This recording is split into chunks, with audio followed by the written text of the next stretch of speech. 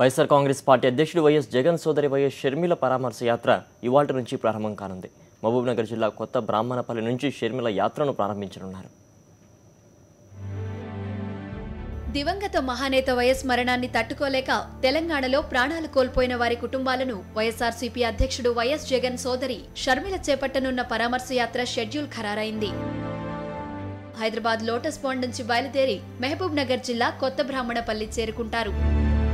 అక్కడ దివంగత మహానేత వైఎస్ఆర్ విగ్రహానికి నివాళులు అర్పించి పరామర్శ యాత్రకు షర్మిల శ్రీకారం చుట్టనున్నారు. అక్కడి నుంచి దేవుని పట్కల్, రెడ్డిపురం, వెలిజాలలో 3 కుటుంబాల దగ్గరకు వెళ్లి వైఎస్ షర్మిల పరామర్శించనున్నారు. తొలి రోజు సాయంత్రం కల్వకుర్తిలో మహానేత వైఎస్ఆర్ విగ్రహాన్ని ఆవిష్కరించనున్నారు. 9వ తేదీ ఉదయం అమ్రాబాద్లో వైఎస్ఆర్ మరణాన్ని తట్టుకోలేక ప్రాణం కోల్పోయిన వ్యక్తి కుటుంబాన్ని షర్మిల పరామర్శించనున్నారు. కొల్లాపూర్ నియోజకవర్గంలోని 2 కుటుంబాలను షర్మిల పరామర్శించనున్నారు. అనంతరం 10వ తేదీ పెంటవల్లి, చిట్యాల, రాణిపేట, నందిన్నెలో 4 కుటుంబాలను పరామర్శించి థరూర్లో బస చేస్తారు.